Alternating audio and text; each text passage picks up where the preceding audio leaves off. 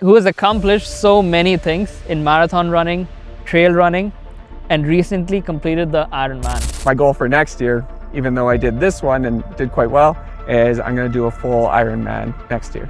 You complete an Ironman, you do full marathons, and you said you've been doing trail running, which is like what, 50 miles, 100 miles? Somebody's whose story you feel connection to, right? You feel connected to their story. It could generally change your life. Were there any stories when you were growing up, you were like, you know what, I'm really inspired by this. I'm really touched by the story.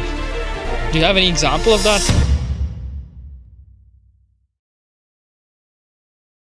Welcome everybody to The Loom, a place where we weave stories into the fabric of inspiration. And today we are with Trevor Tessier.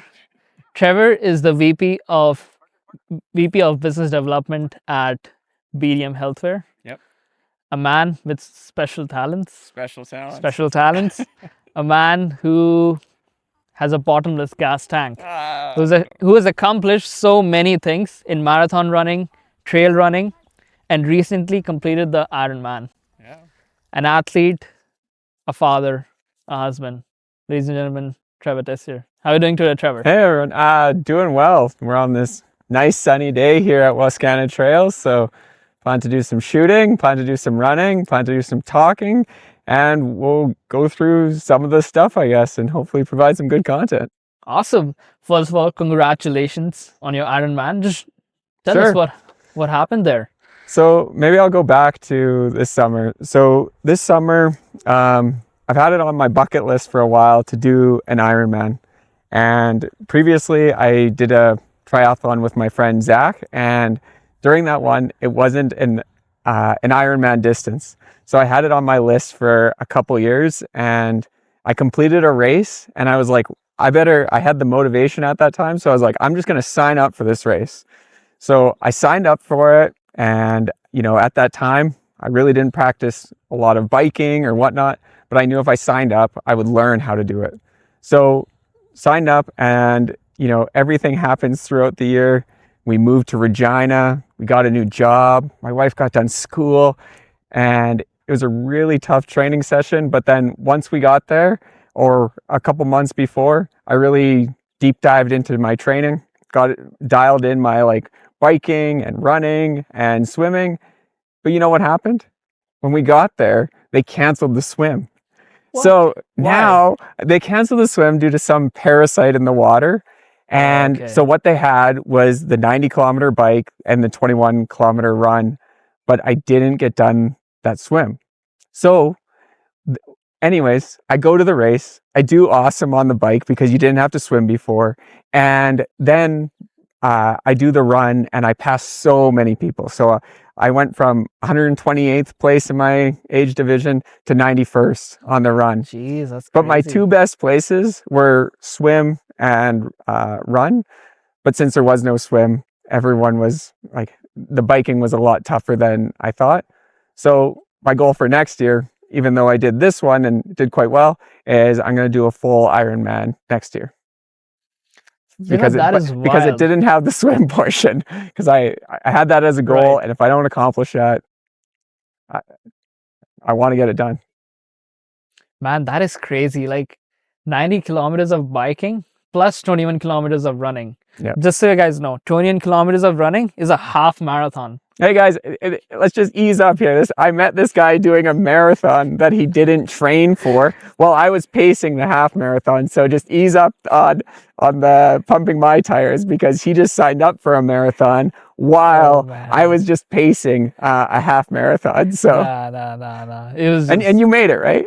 I did finish it, yes. I think it was probably the hardest thing I've ever done. And I will never do that again. Guys, if you sign up for a marathon, you better train for it. You can do a half marathon without training, but sign up for a marathon, train for it, because it's not good for your knees, right? And you were telling me then, okay. I asked this guy, can I get a permanent damage doing this? He's like, yes, you can. I'm like, wow, thank you. So I meet Nikhil, he's running, and I was like, how much did you train? And he's like, hardly at all. Do you think it's going to hurt my knees? And I never heard someone of his age asking about his knees. So he was dialed in, knowing that he wanted to be a good runner, long time it seemed. After he left, I don't think I told you this story, But one lady said, "Is that guy gonna die?" Like, for real? Yeah, you ran off. Right. And then one lady came up and they're like, "Trevor, I think that guy's gonna die. Are you gonna let a race official know?" And I was like, "No, man. He's gonna complete it. He has the mindset." So I just want to give you kudos for doing it. So, oh, that's very kind of you, man. and that's what I'd say. Like, a marathon is really, really hard. So for people listening, we actually just had a huge gust of wind.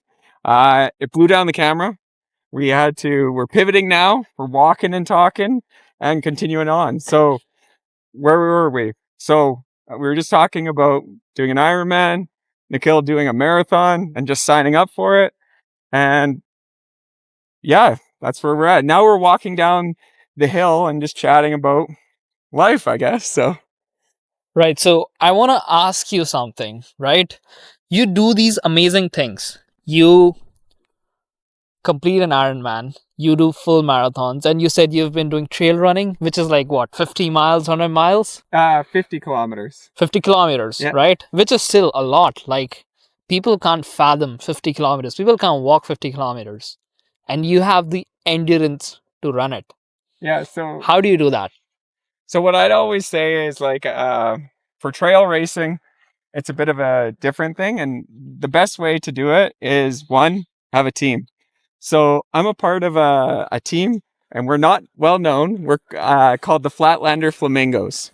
So the Flatlander Flamingos is a set of four amazing people. One, Curtis Newton. This guy is like a track and field all-star. And me and him ran the Sinister 7 last year together. He was much faster than me. My cousin, Zach Martin, he runs every day. And he actually was probably the one who inspired me to start running. What he did is, at lunch every day, he would run up this hill that was extremely hard to run up. In fact, he ran up this hill so much, he did a challenge where he climbed this hill, the size of Everest. So he went up and down this hill. What? Yeah, this is cool. He calls them the no fun run. And in these runs, he did two different ones. One, he climbed this one hill the amount of times for Everest, so the altitude of Everest, going up and down a hill. And he didn't count the down, he only counted the up. So he went up and down this hill a ton of times. That was one of his no fun runs. And the other no fun run was he ran 7 kilometers every hour for 24 hours. Add that up. That's huge. Like, and I don't know the exact numbers, but these are the style of races that he was doing. And I was like, man, these are sweet. Right. Because every time you would get them done, it would be a life-changing event, in the sense that you likely have the ability to remember it closer to death. And I always thought those were remarkable things. And I think it's very cool to have a life full of stories. So when I've always signed up for these things, I've always felt I would go, like, when I first signed up for a race, I just did a 5-kilometer race. Right. It was the Alzheimer's 5-kilometer race in Regina. That was my first race. Then it was a 10-kilometer. Then it was a half. Then it was these Ironman things. But each time they were more and more impactful to me, because when I was in high school, I was definitely not a runner. I just morphed into it because I did it often. I actually was a thrower in track and field. Oh, really? Did you do shot put? Javelin and discus. I'd always go to provincials in Saskatchewan for discus. So I could throw those pretty far, but I'd never go for running. How'd you get into it then? So, just from your brother? Well, when I was getting into running is that in the military, so I joined the military when I was 17. In the military, there was a lot of running. So it was really common to be woken up at 6 a.m. and getting told to run. So you needed a high level of endurance. So at the time, I didn't have a high level of endurance, so I had to train it. So right. I would work on that and try to do that well. And then over time, you just kind of have that habit and kind of clued into it then. Nothing too special, I guess. Right. So, when we talk about people in the military, right? You imagine somebody waking up at 4 a.m., doing these hard freaking runs. You know, you look at David Goggins, like that's the motivation for people these days, right? A Navy SEAL lost like 100 and something pounds in 3 months. Like these guys are built different. People in the military. What was your experience like? What were the things that you learned? So I was in the military reserve. So what that is that it's a component of the military where you either do full-time school or you have full-time work. And Right. on your pastime, which is like weekends and or weekday nights, you do training or go to different exercises. And in the summer, you get shipped off somewhere. So when I graduated high school, I got shipped off to Ontario. Right. So Ontario is where the medics are trained in the Canadian Army. Right. And through that, what I found going to it is that there's a culture in the military associated with fitness, believing in what you're doing, and a strong sense of teamwork. So I always search for that in any team I join. And I think the one that I search for probably the most is teamwork, in the sense that you want to be with people who are encouraging you, who are empowering you, and who make you be the best you can be, and who you're inspired by. So, the military, sometimes they over portray one person, but there's no one person mission, or very rarely. It's always a team effort where you work on something together to build something bigger than each individual person. So, and I've seen that so many times, whether it be in the military or in healthcare, when everyone works together and they have a common goal and a common vision, that's when you can do the most things. So sometimes when I hear stories about David Goggins, which David Goggins is a great example of an individual who's pushed himself extremely hard and sets an example for individual work. I think it sometimes actually takes away from what the military meant to me. And what the military meant to me was a strong sense of teamwork, cohesion, and everyone working together. So that's always what I've seen with that recent portrayal of the military. So, but I like Goggins. Don't get me wrong; he's intense, and I love him. But he's really just driving himself. And like I always think that it's the easiest thing to be a one-man ship. It's way harder to become way harder to be a team player and move towards something that the whole team is working on. Right. So I actually used to be in one of the marching bands back in my high school, and we would go to these army camps, which is basically we would stay with the army and we would play like the tunes for them, and we would stay with them for for a month, right? And we would get to see their lifestyle, right? And it was so much about camaraderie. Like everybody would sit together in the dining hall, eat together. That was us always. Like that's one of the biggest memories, right? And it's just a different life, There was this video that I saw by Simon Sinek. So he was talking about he gave two examples. There was a time he was speaking at a corporate event, right? And he got emotional. He was about to cry. Okay. And the corporate head, the corporate leader said, take your time, take your time, brace yourself, wipe off your tears, whatever. But then he was speaking at a military event, right? And when he got emotional, the general, he was quiet. He said, when he started crying, like when Simon Sinek started crying, the general said, go on. It's like, it's okay. You can cry in front of us. We're not going to judge you. Yeah. Is that something you experience in the military? Like you can be yourself. Yeah. So 100%. So, and I think this is where people may not know. And I think it's something I learned, or my early days in the military is that if you can be really intense, that also means you can be really sad. And I think usually what I've found in life is that you always have the range of emotions.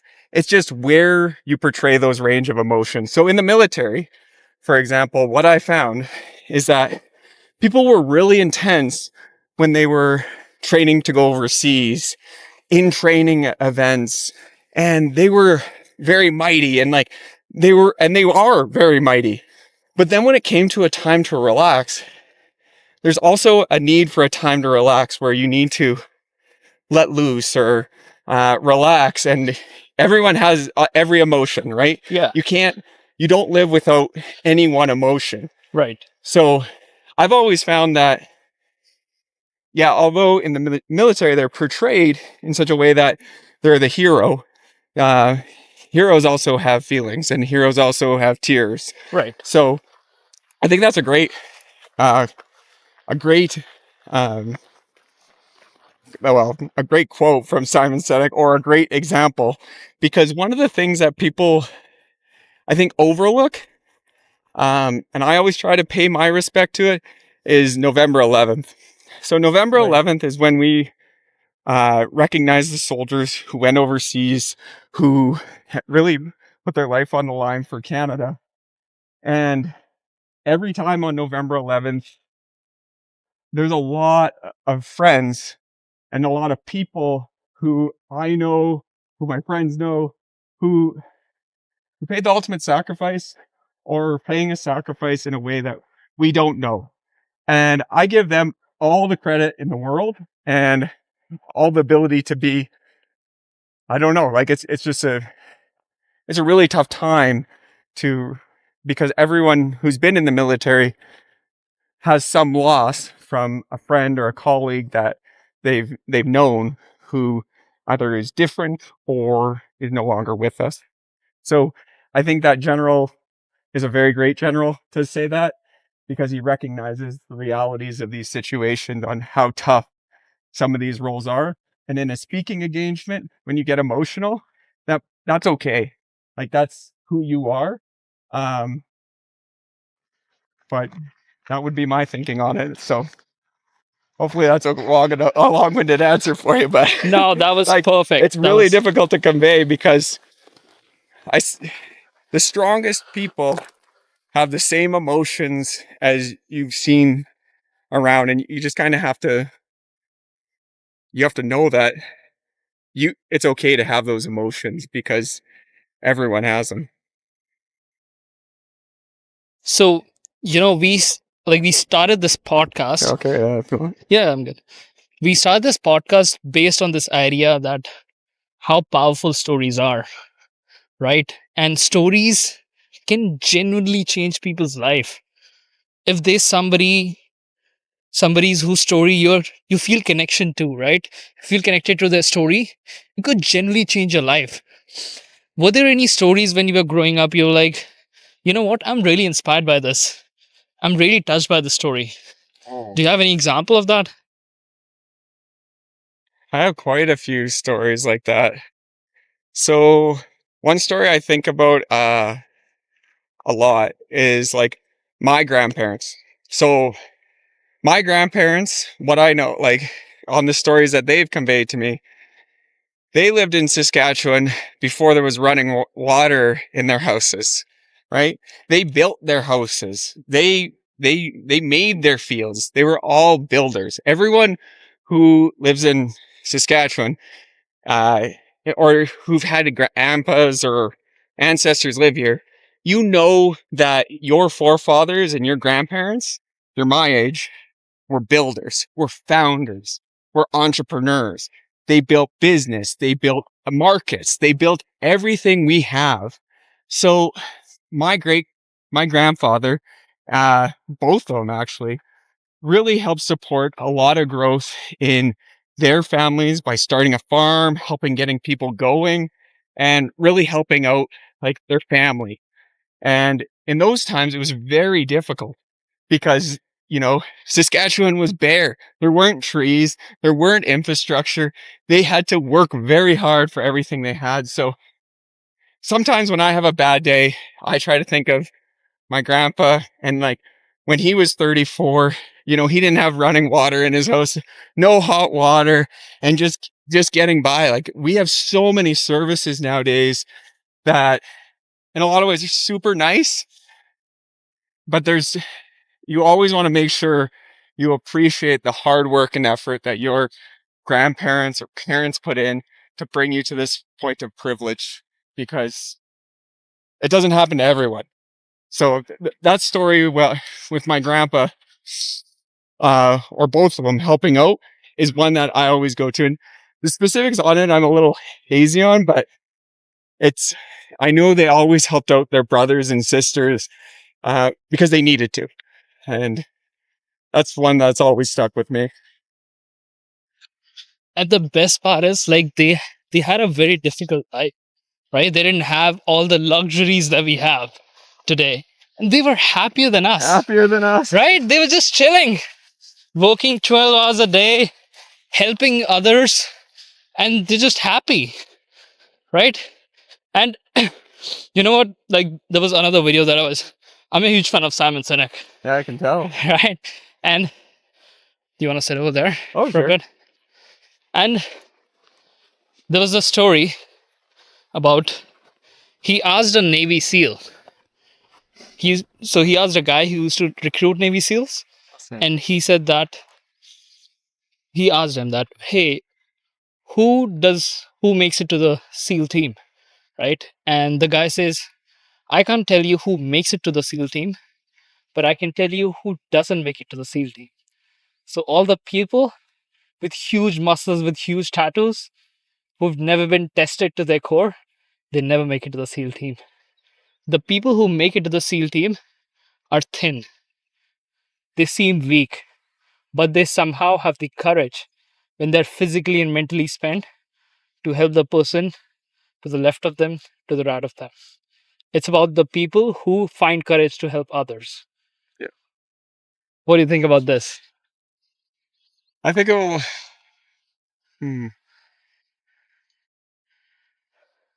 yeah, so the thing I would think about it is that through my time, I've seen that quite a bit in the people who've been it's important to be tested.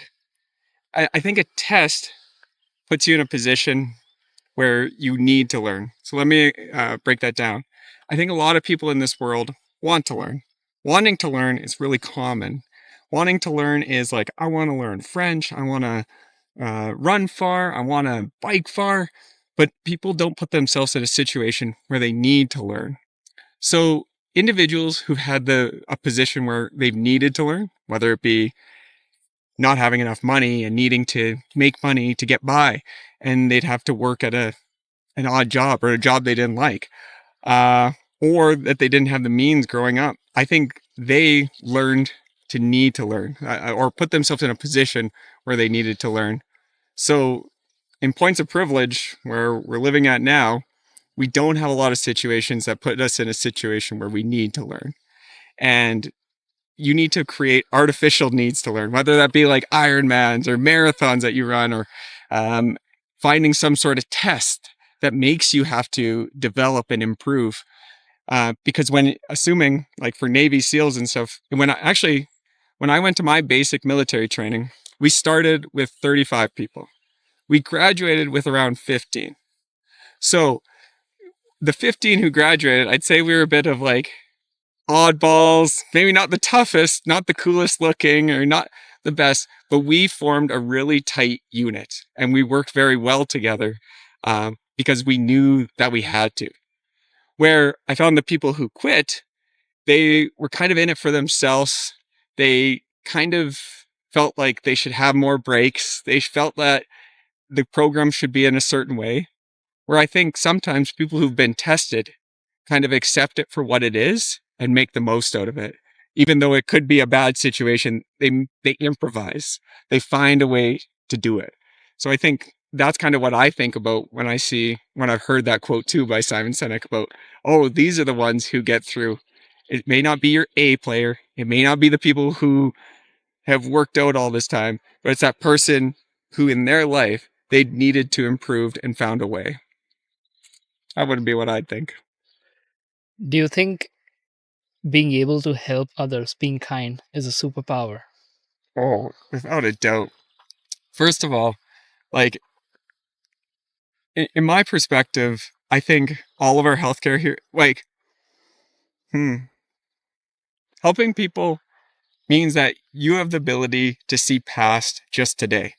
So today, if you're just worried about yourself, you'll do fine. And tomorrow and the next day and so on, if you're a little selfish in that sense, it'll be fine for a short period. But people realize over time that teams and caring for people is the way to go, because that's what's going to be, I think, the most beneficial long term.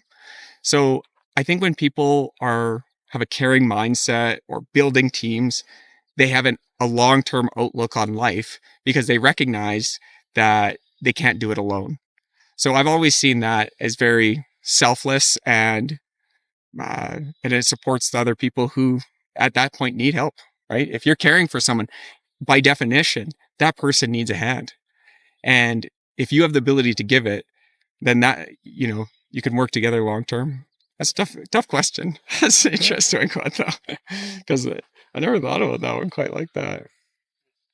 So you know what, like, you work in the medical industry, right? You've seen a lot of things, right? People helping each other and the camaraderie, because those are the times when, how do I say, those are the times when the real emotions of people come out, right? Yeah. You're so inspired to work there. You said you didn't even care about the money. No. So this guy was working in the medical industry and he didn't even know he was getting paid. He thought he's just volunteering, and that's amazing. Like, that's so good. You can't find me two people in this world who would be like, hey, you know what? I'll work for free. Yeah.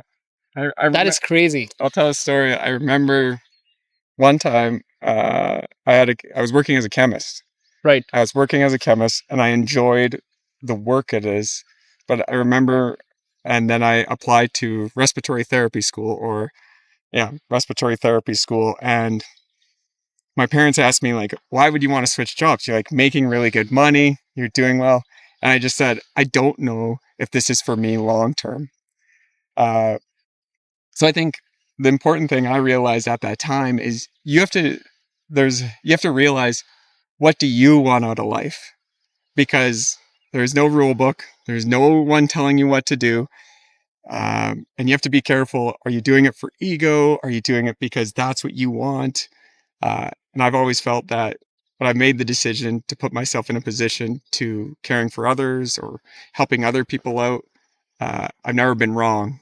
So that's my take on it. So when I left the job as a chemist to become a respiratory therapist, it was like the best decision of my life. Even though, I was making good money and doing that sort of thing, I never felt like I was watching my paycheck as a respiratory therapist, because it was just what I wanted to do. And I followed that path, and that's where I'm at now, where just improving healthcare is my goal. Right. And especially it's about, I think we're programmed through social media to focus on money. Hey, just do this for money. Look at Charlie Munger. He was a billionaire, Yeah. right? That guy died. Nobody cares about he's a billionaire or not. How do you feel? Does the work that you do make you feel fulfilled? At the end of the day, do you sleep well? Do you wake up in the morning and be like, you know what? I'm gonna go to work? Or you're always waiting for Fridays? Because 90% of the people live their lives like that. I live my life like that, right? I'm Yeah. waiting for the weekend so I can shoot more podcasts. Yeah, I like it. So I think my perspective on that is, so when I was a medic or a respiratory therapist, I was probably in the day the most satisfied with my work. So in the day, like every day, I would be very satisfied with my work. The one problem I found with that is I one time had a patient who changed my perspective forever. I had this patient who, as a respiratory therapist, you perform CPR on people. You put them on life support and so on. So this one lady came in, and on day one, I saved her life. I did CPR, and we did it with the whole team, and we saved her life. And then a day or so later, she got out of the hospital, and that was great. Like, we saved her life, and she was good. A few days later, it happened to be the same shift I was on. She came back, and she was like, she didn't die that time, but she had a lot of complications associated with being in the hospital, and even just having that CPR done. So what I found with that is, like I said, okay, let's help this lady out. Let's follow her in the hospital. Let's make sure she gets treated well. And she went from the emergency to the intensive care unit to the acute care. And in the acute care, we followed her all throughout that hospital. But soon after that, I came back for another shift. We tried to resuscitate her, and she never came back, and she died. What I realized with that is that in healthcare, things are much more broader for health than just what happens in the hospital. Healthcare is so broad. For example, the medical system only makes up 20% of why you're healthy. The rest of it is due to your economic situation, your money, your transport, your family, and it's so much broader. So what I realized at that time is that, yes, I love my job. Everything was going great. But if I wanted to make a bigger impact, I had to make a huge shift. So at that point, I took my master's degree. I studied at Johns Hopkins. I studied at MIT, just looking for solutions to allow people to be as healthy as possible. It's always been what I've been about, because that impact is where I see the most value in my career. So you asked the question, waiting for Friday and whatnot. So when you switch your perspective to looking at a longer term goal, sometimes weeks are very challenging. 1 week, tough. 2nd week, tough. 3rd week, even tougher. 4th week, tougher. And the 5th week, you get success. And that's worth it, because it makes all that work worth it. So how I would answer it is like, it depends on your perspective. So as a medic and a respiratory therapist, you have direct line of sight to your patients. As a leader of the health system or in technology, you have a longer term view of how you can improve your patients' lives. So sometimes it is really tough, but if you work at it long enough and hard enough and focused, and you're still always learning about it, you'll be able to make a difference. And those big differences can go very, very far, because you can improve the lives of people who are working directly with the patients. Right. Wow, man, you talk about this stuff very passionately. So that's what my thoughts on that. Yeah. I'll ask you this. So, you work in the medical industry, you do running, you're so passionate about running. And whenever I talk to you, you have a smile on your face. Yeah, never. Right? And you're always smiling. You're just a happy person, and you're aging in reverse. Like, that's another mystery we gotta solve. What's your why in life? Why do you do what you do? For me, I always had 3 things. If you have more than 3, I find you can put things into your life that you don't necessarily need to focus on. My 3 things, in order, are family, health, for like working in a career, and fitness. So let me break that down. So if I had to prioritize something and I got really sick, unfortunately, I'm likely not going to focus on healthcare. I'm going to focus on my family and the last bits of time I have with my family. My son, my brother, my mom, my dad, my uncle, whomever. I'm going to focus on them. But if I have the privilege to still be healthy, I'm going to work on healthcare. So then we can continue to improve care for people, and hopefully more people will have the ability to have a more full life and be privileged just like myself. And if I got that right, and I got time and energy for that, I'm going to do fitness. So those 3 things are what I keep my eye on in that order. So I recognize over time, I won't be this young. I won't be this strong. I won't be all these things I am today. I think And you'll be, man. The every way you are every aging, you'll every be. day I get closer and closer to, less and less time. So with that, I've always prioritized that in that order. So it allows me to stay focused on what matters: family, health, fitness. It reminds me of a really good book I recently read. It's called Essentialism. Mm. It's about how 99.9999% things in the world are non-essential. And if you just let go of those, and if you just focus on things that matter, you'd be happier, Yep, more successful, without a doubt. and more fulfilled. So I'll tell you a story, and I got lots of stories now. Now it's I coming. love stories, dude. So, and I brought this up in my TED Talk, but well, actually, I brought Nikhil to my grandpa's house. My grandpa's house, let's just talk about that house for a second. The house where I'm staying right now, my older brother lived in to get done his doctorate in math. Huge accomplishment. My younger brother lived in, well, he was just getting done pilot school. My cousin lived in to get done his computer science degree. And even one of my best friends lived there as he was doing his economics certificate. And my buddy lived there as a nurse. And my cousin lived there who owns Focus Systems and who's a part of that Focus Systems. In this house, it was really unique. When we just lived there together, myself, my cousin, my brother, and my older brother, my grandpa took care of us. He spent a lot of time, folding our laundry, having some food in the fridge, and he'd always buy us food and stuff. And he would always make sure the house was taken care of so we could focus on our studies. So we would always give back to him. My brother would take him to appointments. My cousin would take him to my appointments. My other brother, my uncle, the whole family helped him. And even though into his last days, he was always trying to support us.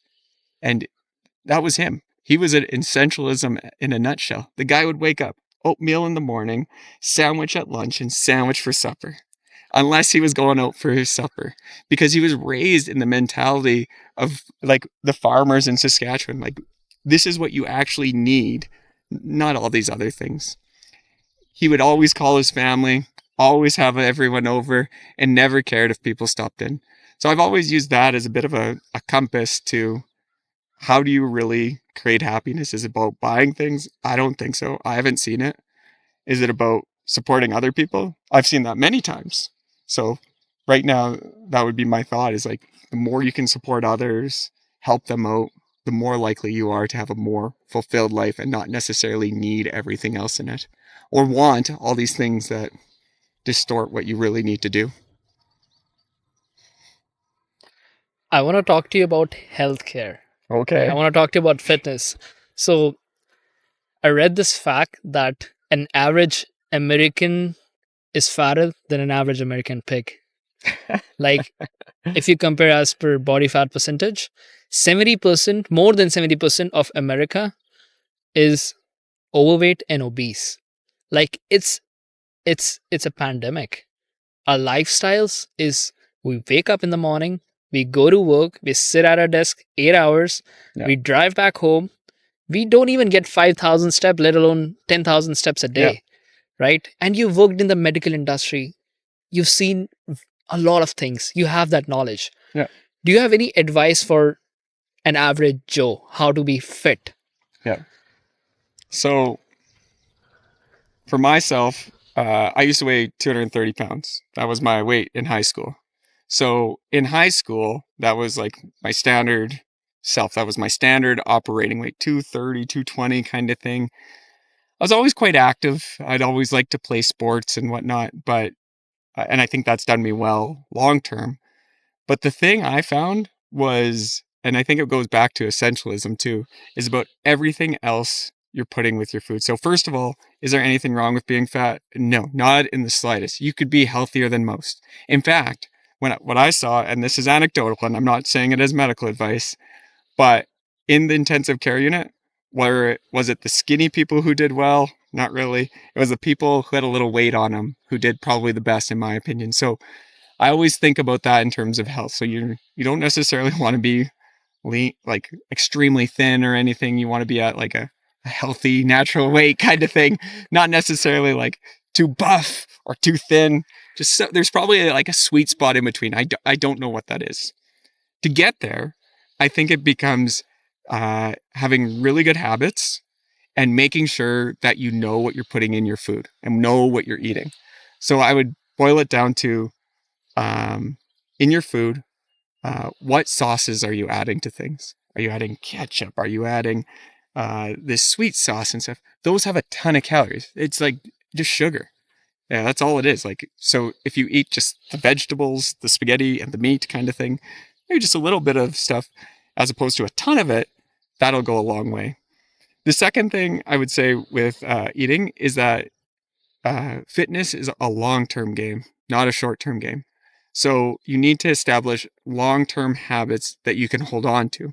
So if you make a drastic shift, that may look good for photos or something you have coming up, but it's more likely what's useful is small incremental improvements. Like you were talking about for 1%, get those 1% every day. For example, I'm going to, like one thing I did, I love drinking coffee. Coffee's awesome. But if I go to Tim Hortons, I used to have double, which is 2 cream, 2 sugar. That's a lot of calories. That's like 150 calories. But if you go 2 milk, 1 sugar, that's a lot of protein and a little bit of sugar.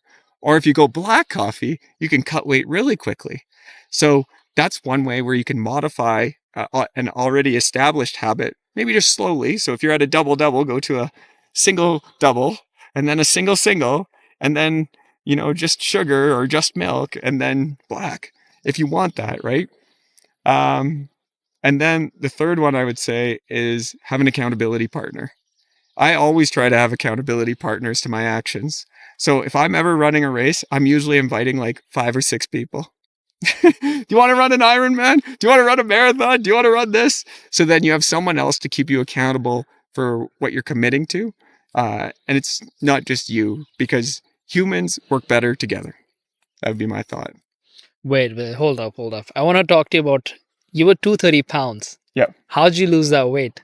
So when I was 230, there's a few things that happened. Is that at the time I was working at a gas station, and at this gas station we had to eat the gas station food, and it was either you eat gas station food or A&W.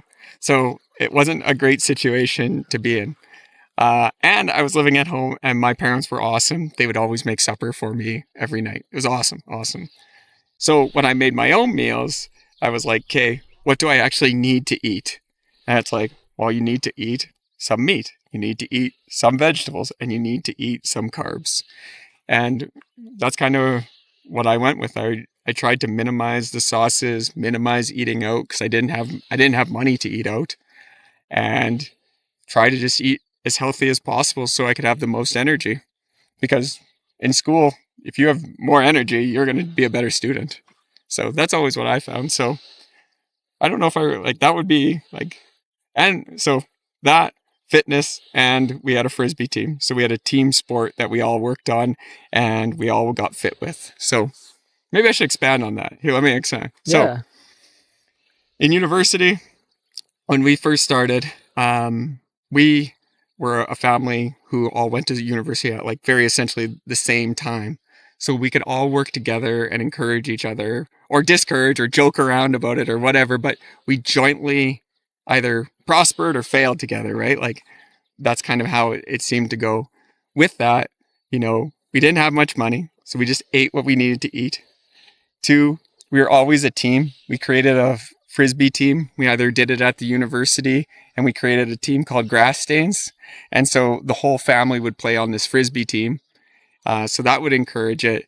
And then the third, because we were on that team, we were always keeping each other accountable and saying, hey, let's go play Frisbee. Let's go run. Let's go do this. So on top of the military stuff, I've always had good friends and family to help me out with this stuff. And they're all fit and in good shape and in good health right now. So your biggest advice is get your meals right. Yep. Have a team. Yep. Have camaraderie. I would think so. Yeah, that's it boils down to that for sure. Yeah, 100%. So you talked about school, right? And I want to talk to you about this. Mm-hmm. There's a lot of things that are not taught in schools. Yeah. right? Like, I didn't learn anything about nutrition. I didn't learn about counting calories. I didn't learn about lifting weights, about running, about all this stuff. If you had a chance to teach three things to every student in school, what are the three things you would teach you that you would teach? Oh, I like that question. So I have a 4-year-old son and he's in French school, so this one hits home. So I'm gonna assume someone like already got done in high school. I'm gonna say they got done high school and then going into university, or actually anytime, right? Let's start So early. one I would encourage is entrepreneurship. Entrepreneurship and innovation are the only thing that builds and adds to countries. So, in my perspective, we have to build Canada or whatever nation on entrepreneurship and innovation. So, entrepreneurship, how I would teach that is kind of encouraging young entrepreneurs. Have a lemonade stand, sell chocolate bananas, sell new contract newspapers, paint something, try it out, see how you can make money and be a part of that, because that's a real part of our economy. The second thing I would teach right now, um, with artificial intelligence coming in, it's going to change how work is done, and especially for white collar jobs and about how the economy is changing. I would say that people need to learn artificial intelligence quickly, and if they don't already know internet and they don't know how to browse and whatnot, pick up the computer, start tinkering around with it, and try out AI. So that would be what I would see as the second thing. But the third thing, and probably the most important thing that I would try to teach, is leadership. Is that you need to be able to lead yourself long term, not just in a short term sprint. Life doesn't work like that.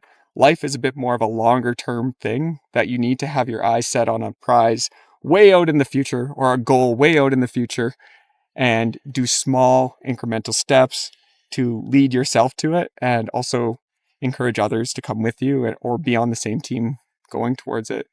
Because leadership won't change. We'll need leaders across every industry, and I'm not sure if we'll have it in the next 20 years. So, my question is, you talked about AI, you talked about leadership, you talked about entrepreneurship. Do you think it's better to teach the skills that would develop leadership, the skills that would develop entrepreneurship? Because there are entrepreneurship courses at the university, and like I've had a few, they weren't really helpful. I'll be very honest Yeah, with you. yeah, Leadership is about empathy, about kindness, right? And things that you learned at the military. yeah. Maybe military is a good place to learn Yeah, leadership. great place to learn So, it. like, what skills would you teach? What I would say for leadership, I'll start there, is I think the biggest holdback for most of those skills, entrepreneurship and leadership, is the fear of failure. So, what I would suggest is that individuals need to put themselves in a position where they might fail. And that's okay. You dust off your knees, you get back up, and you try again. That's what I'd say. So, what are some examples on how we could do that? How could you fail?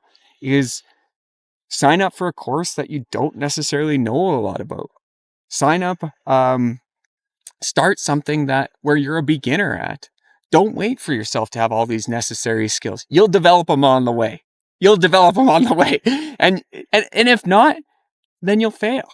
But it's more likely humans are extremely adaptable, and they improvise and they get things done. And I've seen the best results from things like what you did, from just signing up for a marathon versus having some like pre-scheduled master plan on what you're going to do. Sign up for it. Maybe try to make it a little more incremental than just that, but sign up and see how you do. Like you're not gonna, what's the worst that can happen is that maybe you only run half of it. So you're telling me it's bad if you ran a half marathon? No, that's not bad. Like, holy cow. And I think people think that they get their sights too set on a golden goose, but realize, like, I always think like that golden goose was built like through multiple iterations of practice and improvement, not just one foul swoop at something amazing. It was built by just small little actions over time. Right. It's about the atomic habits. Atomic right? Habit. I would so before Atomic Habit, there was Power of Habit, and that was the powerful book in like 2012. Atomic Habit like kind of used some of their language and then adapted it more for mainstream audiences. I see. I've read Atomic Habits, but I've not read Power of No, Habit. it's really good. It was an incredible book at the time, but it didn't get. And Charles Duhigg is an amazing author, but it didn't get nearly the credit that it deserves. Very powerful book. Right. Do you read a lot? I read a lot. Yeah. Do you have any book recommendations for me? What do you want to learn? Surprise me. Okay, Give me your best 3 books. best 3. Okay, so 1 would be Man's Search for Meaning by Viktor E. Frankl. I just bought it. Beautiful book. Mm-hmm. Beautiful book.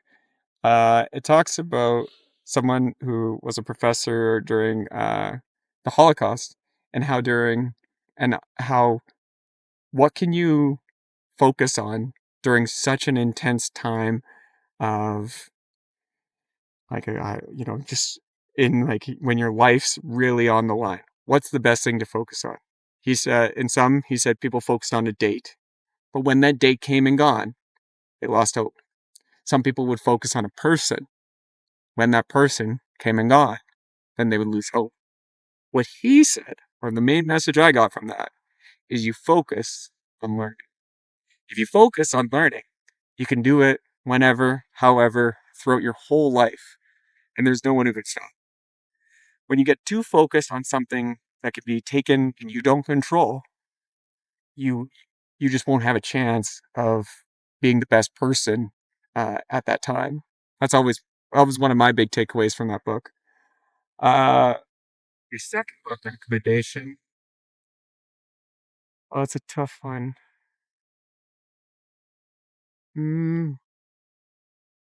I like Thinking in Bets. Thinking in Bets. So there's a lot. Thinking in Bets by, I think it's Annie. Forget her name, but it allows you to think about decisions based on the probability of that decision happening. So a lot of people think of things deterministically. So either it's going to happen or it's not going to happen, but it's more likely that you should think about things more as a probability. So maybe this has a 20% probability of happening. This has a 40% probability of happening. For example, even today, when we're meeting, you've never been to my house, kind of haven't hung out that much. Maybe we have a 80% chance of actually meeting today. Cool. And if it gets moved, that's cool too. So then you don't live based on having some preconceived notion that is more than what the actual event is. So, for example, stock investing is a good one. Oh yeah, it's going to go up 8%. Well, no, that this year it only went up 4%. You don't sell your portfolio. But next year it went up 15%. You don't sell your portfolio either, right? You thinking in probabilities is probably useful. Another book that I really liked. And I think probably my biggest one is Power of Habit. I've given that book to quite a few people. And it's just because habits, when applied long term, compound. And when they're compounding, then you can see all sorts of different gains that you would have never expected 5 years ago. But habits get built over years, not months or even days. So those are probably my 3 that I'd recommend. Right. Awesome. I'll note the last 2 down. So I have the Viktor Frankl's book. I just bought it and I started it and it was amazing. Mm-hmm. I love World War II, the concentration camps. There was another book by Edith Eger. Oh, okay. So she was also one of the Holocaust survivors and she had a really good mindset. So she was really beautiful when she was in the concentration camp and she was forced to dance, right? Now she had a choice. Think of herself as somebody who's a victim of her circumstances, or you have to do this, right? Yeah. You don't have an option, right? Turn this around. So whenever she would dance, she was supposed to dance naked in front of everybody. Wow. And she changed that mindset into that, you know what? I'm dancing right now. There's nobody around. I'm around a stage and I'm enjoying myself. She didn't have a choice, right? Yeah. So she had a really good quote, and I think it's still stuck. It's still stuck in my brain, and it says that you're not a victim of your circumstances. You're a victim of your mindset. Yeah. Oh, for sure. But we better start walking that. But Yeah, for sure. But like, yeah, that's the one where I would agree with that completely. Is that people underestimate what humans can do, and we've done everything around you was created by different humans, just like you or I, and that's because they had the right mindset to get it done. And I think people significantly overlook the power of, making sure you have your habits in line, you're thinking right about a situation. Uh, and you've seen it many times. Like, people want these like short-term gains. Like, you know, for myself, I've always struggled gambling. I've always struggled gambling. I've gambled, but usually I'm the type of guy is that I would go to a penny stock and just continue to roll a penny probability. Because one of the things there is that you still have the same probability of winning, but your downside risk is less, and you can stay longer with friends to support the people who want to be there. Right. So I've never really understood just gambling where you can't control the odds. Gambling in terms of like, and I don't think of the stock market as gambling. I see that as a probabilistic decision. Right. But like a VLT or something of that nature, or a lottery ticket, like, you just have no ability to control the outcome. So I think even with this story that you're saying with their mindset is that you have to put yourself in control where you can, because no one else is going to do it for you. And the best way to do that first is through mindset. Right. That's awesome. So I think we'll wrap up our podcast over here. So at the end of the podcast, we do this like a rapid fire round. Sure. I'm gonna ask you like 3 questions. Yeah. And you have to answer in 1 word or 1 sentence. You can keep it short, you can go forever. It's up to you. Okay. So your favorite restaurant in Regina? Favorite restaurant in Regina?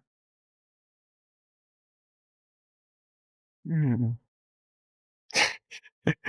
You don't want to piss off Smitty's anybody. Norman View. Smitty's Norman View. Me and my family had a lot of random breakfasts there, and there's just a lot of a lot of history with that place. Nothing too special there, but a lot of history. Okay. If you could make one rule that everybody in this world had to follow, what would that be? One rule. Oh.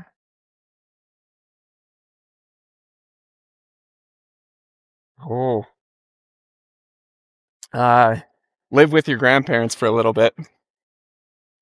You want to expand on that? I think living with your parents is something, but living with your grandparents is such a different thing, because your grandparents see you through the eyes of how they viewed your parents when they were kids.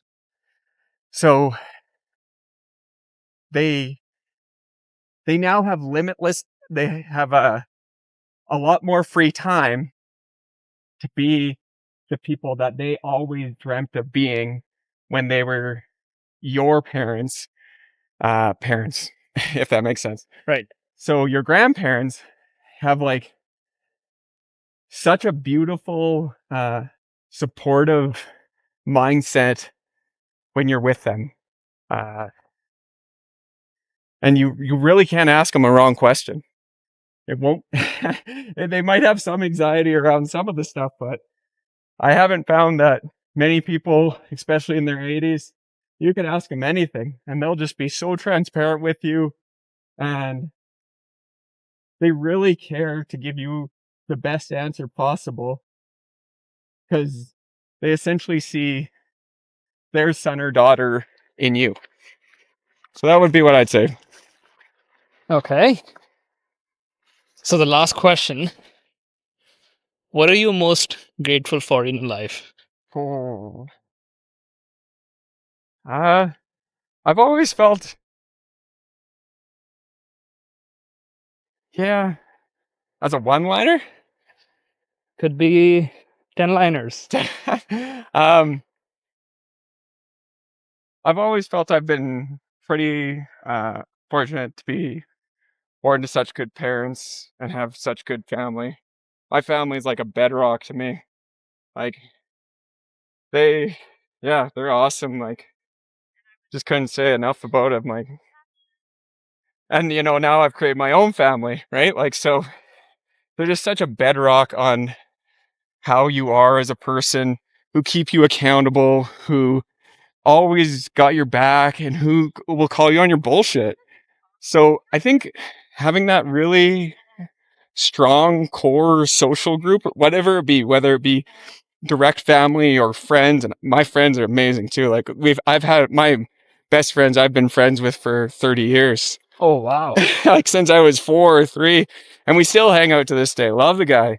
And same with my other friends. Like we've been to get friends for, in my core friend group, there's no friend in it who I haven't been friends with for less than 10 years.